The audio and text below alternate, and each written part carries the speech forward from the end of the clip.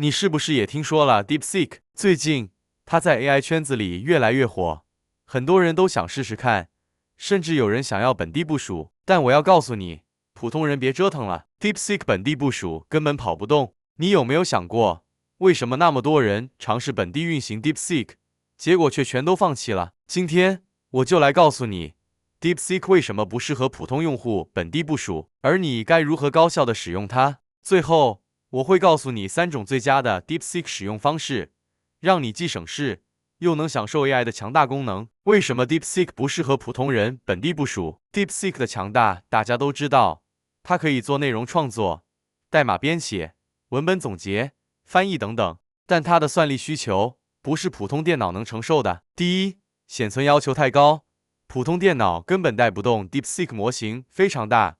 如果你想在本地运行，至少需要24GB 显存，但你知道你的电脑显存是多少吗？一般的游戏笔记本只有4GB-8GB， 直接跑不动。高端的 RTX 3070x3060 12GB 勉强能试试，但体验极差。真正能跑得动的显卡 RTX 4090 24GB 甚至 A140GB 以上，但这种显卡要么很贵，要么不是普通用户能买到的。所以，普通人的电脑连 DeepSeek 的门槛都达不到。第二，运行环境配置麻烦，折腾一天都跑不起来。DeepSeek 本地部署不仅需要显卡，还需要复杂的环境配置。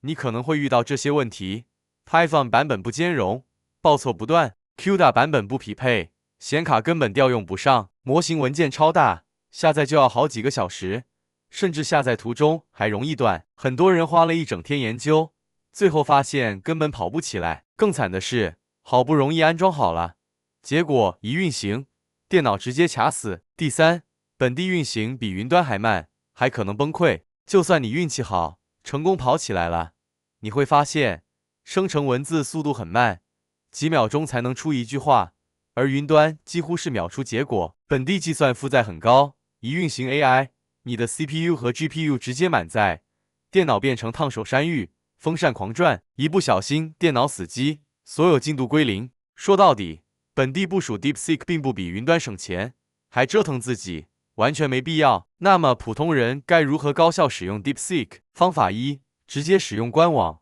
简单高效。如果你只是想体验 DeepSeek， 最简单的方法就是直接用 DeepSeek 官网，访问地址 chat.deepseek.com。 为什么推荐？即开即用，不用下载，不用配置，随时打开就能用。服务器算力超强，速度比本地快10倍。官方提供维护，不用担心崩溃或者出 bug。如果你只是用 DeepSeek 来写文章、编代码、总结笔记，这个方法绝对够用，不用自己买高端显卡，也不用折腾环境配置。方法二，使用 DeepSeek API， 让 AI 融入你的日常工作。如果你是开发者，或者想用 DeepSeek 自动化任务，可以使用 DeepSeek API， 把 AI 直接接入你的日常工具。举个例子，你可以在 Notion、Obsidian 里接入 API， 让 AI 自动帮你整理笔记。你可以在 VS Code 里用 DeepSeek API 辅助编程，提高开发效率。你甚至可以写个 Python 脚本，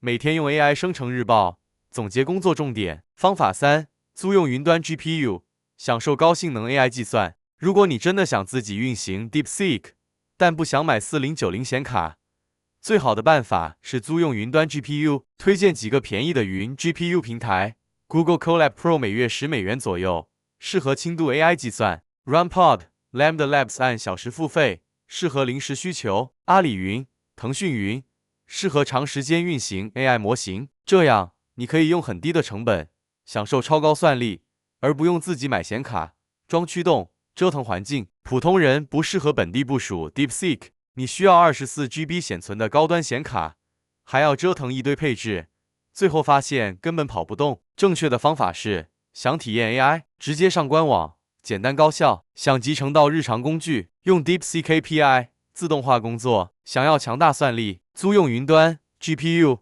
省钱又省事。你有尝试过本地部署 AI 吗？踩过什么坑？欢迎在评论区分享你的经历。如果你觉得这个视频有用，记得订阅，我会持续分享更多 AI 相关的实用技巧。